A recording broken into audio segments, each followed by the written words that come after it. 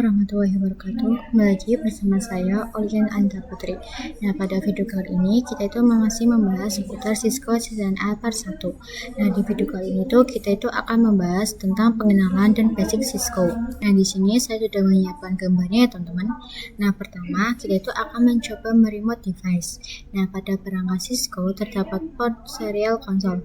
Port ini tuh digunakan untuk meremote device menggunakan kabel serial console. Yang kabel seperti ini ya teman-teman. Oke, langsung saja kita praktekkan.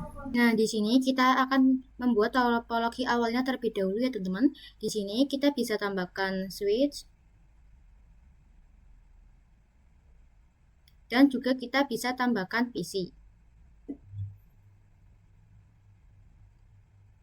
Nah, lalu kita hubungkan dengan kabel serial console.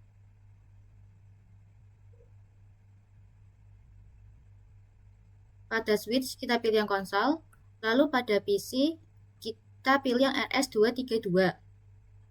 Nah, teman-teman, sebenarnya konfigurasi switch bisa saja langsung menggunakan mode CLI ya teman-teman. Yang ini seperti ini. Nah, tapi kali ini kita akan meremote switch menggunakan PC.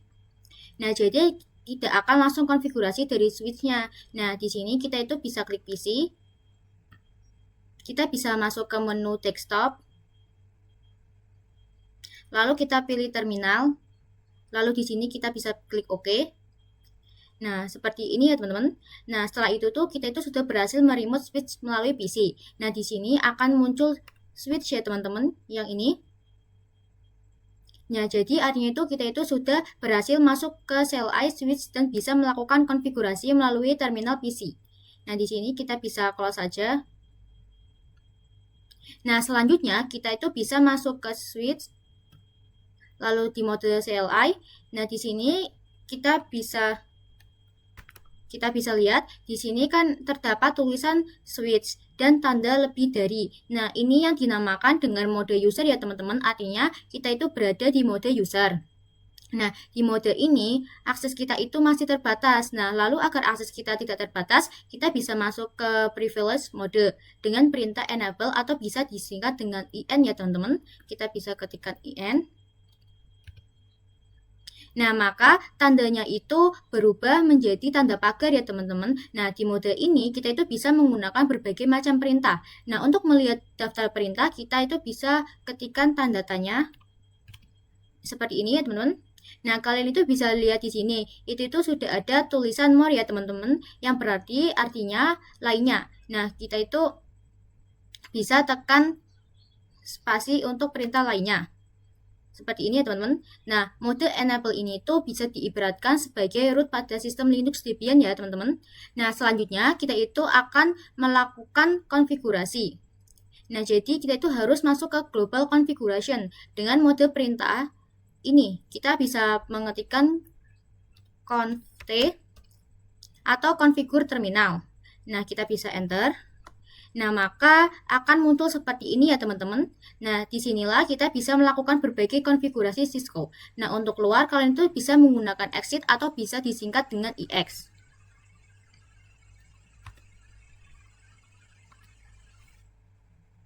Nah, jadi dia itu sudah keluar ya. Nah, kita bisa exit lagi. Seperti ini ya teman-teman. Nah, ini tuh dia itu sudah bisa ya teman-teman. Nah, sekarang kita itu akan membahas service password encryption. Nah, biasanya saat masuk ke enable, kita itu tidak dimintai password. Nah, sekarang kita akan coba membuat password saat masuk ke enable mode. Nah, untuk langkahnya kita itu bisa masuk ke enable.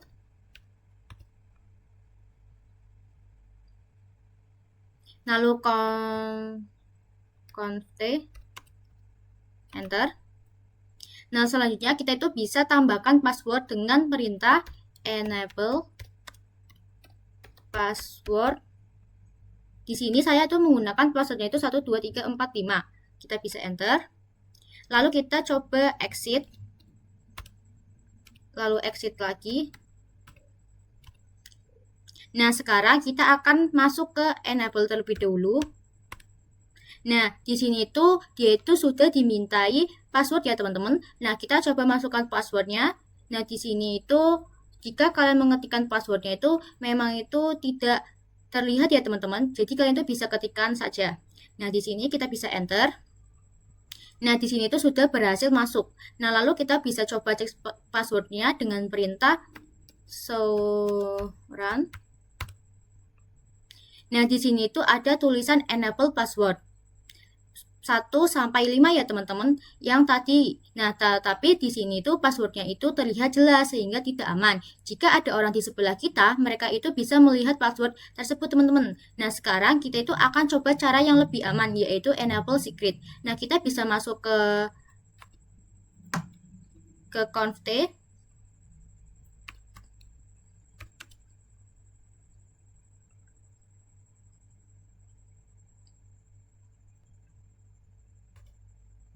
Nah, lalu kita ketikkan enable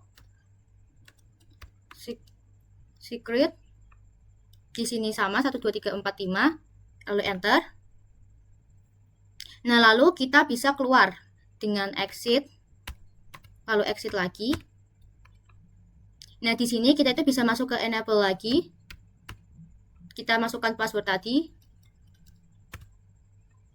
Nah, lalu kita bisa cek lagi dengan show run. Nah, sekarang kalian tuh bisa lihat bahwa enable secret itu tulisannya itu berubah menjadi kode ya teman-teman. Nah, sedangkan yang enable password itu dia itu masih terlihat jelas. Nah, jadi enable secret itu jauh lebih aman daripada enable password. Nah, sekarang pertanyaannya bagaimana sih enable password juga berubah menjadi kode seperti enable secret. Nah, caranya kalian itu bisa ketikkan conft. Lalu kita bisa ketikkan service password strip and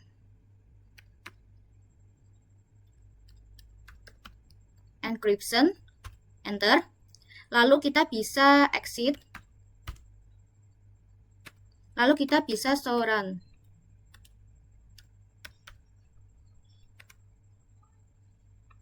Nah, sekarang enable passwordnya juga sudah berubah menjadi sebuah kode ya teman-teman. Nah, namun perlu diketahui bahwa service password encryption itu masih bisa di-decrypt. Nah, dia juga bisa dibuka lewat browser dengan kata kunci Cisco password decrypt. Ya teman-teman, jadi enable secret itu tetap yang paling aman. Nah, selanjutnya kita itu akan konfigurasi IP di router. Nah, di sini kita close saja. Nah, di sini saya akan hapus topologinya terlebih dahulu. Nah, lalu kita itu bisa tambahkan switch.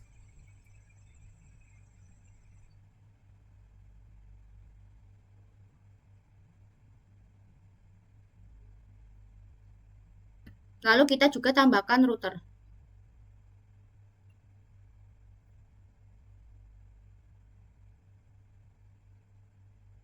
Seperti ini ya teman-teman. Dan kita juga tambahkan 3 PC.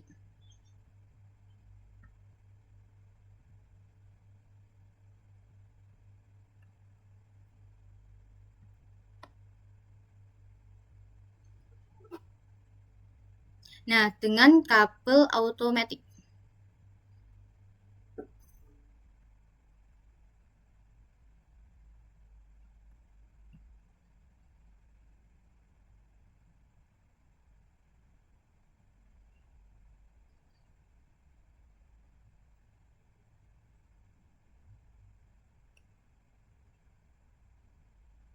Seperti ini ya teman-teman. Nah, jadi untuk kelompok yang bawah ini itu nantinya itu blok subnetnya itu adalah sama dengan yang ini. Nah, nantinya itu akan berbeda. Nah, karena berbeda networknya itu berbeda, jadi kita itu tidak bisa saling berkomunikasi sehingga kita itu perlu menambahkan yang namanya tuh router. Nah, selanjutnya kita akan membuat node untuk IP address-nya. Nah, di sini saya sudah menambahkan node untuk IP address yang akan kita gunakan. Nah, lalu saya juga akan menjelaskan topologinya. Nah, si router ini kan memiliki 2 jalur. Yang ini ya, yang FA0/0 dan yang mengarah ke kelompok pertama, dan yang FA0/1 yang mengarah ke PC 3 ya teman-teman. Nah, di sini kan ada 10.10.10.0/24 dan yang ini ada 20.20.20.0/24. Nah, 20.0 ini itu yang mewakili 20.1. Nah, kalau yang 10.0 ini dia itu yang mewakili itu 10.1, 10.2 dan 10.3. Nah, itu kan antara kelompok 1 dan kelompok yang ini kan, teman-teman, yang berbeda networknya. Nah, jadi dia itu membutuhkan router ya, teman-teman. Nah, selanjutnya kita bisa masuk ke router, lalu ke mode CLI. Nah, lalu kita bisa masuk ke enable. Nah, lalu kita bisa mengetikkan conft. Lalu kita bisa ketikkan interface FA0/0.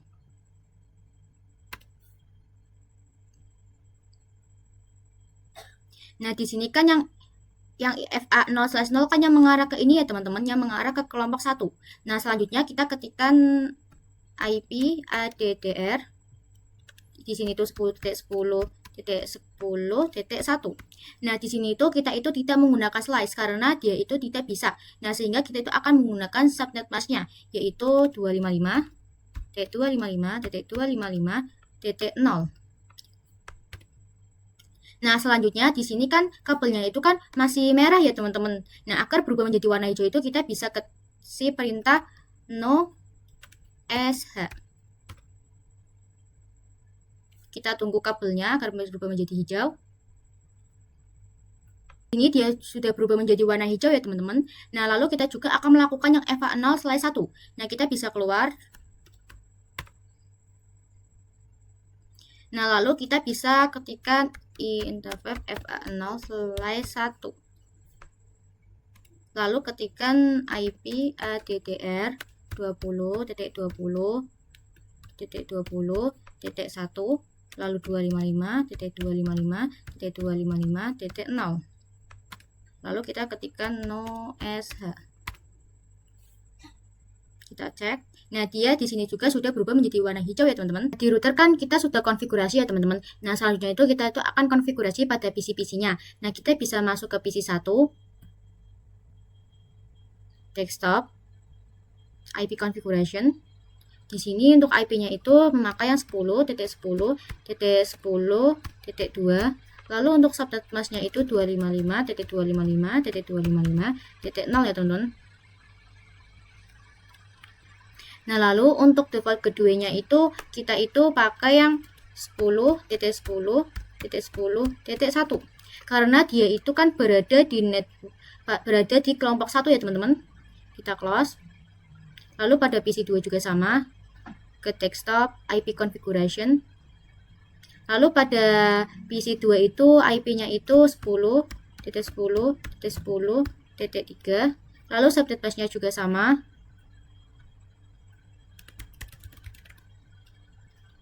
Lalu untuk default keduanya itu 10.10.10.1. Lalu pada PC 3 juga sama. Nah, kan pada PC 3 kan dia itu kan berbeda. Jadi dia itu IP-nya itu menggunakan yang 20.2. Lalu subnet masknya juga sama. Lalu untuk default keduanya itu 20.1.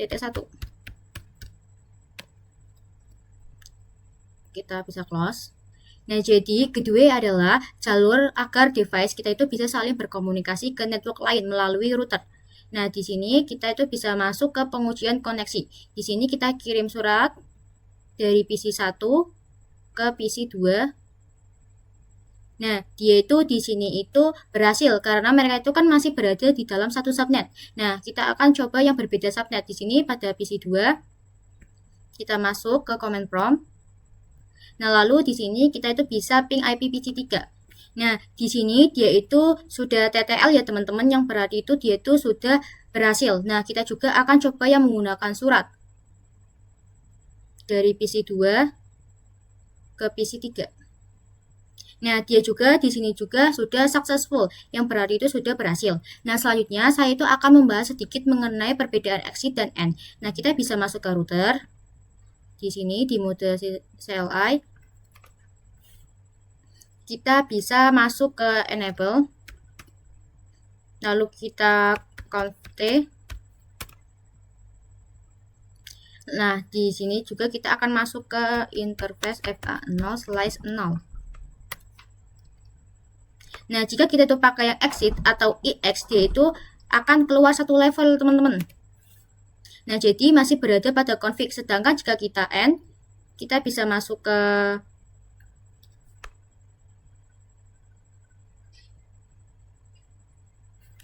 kita bisa masuk ke interface lagi dengan int FA0/0. Lalu kita klik end. Dia itu langsung kembali ke privilege mode ya teman-teman. Sekian video saya pada kali ini. Terima kasih sudah menonton. Wassalamualaikum warahmatullahi wabarakatuh.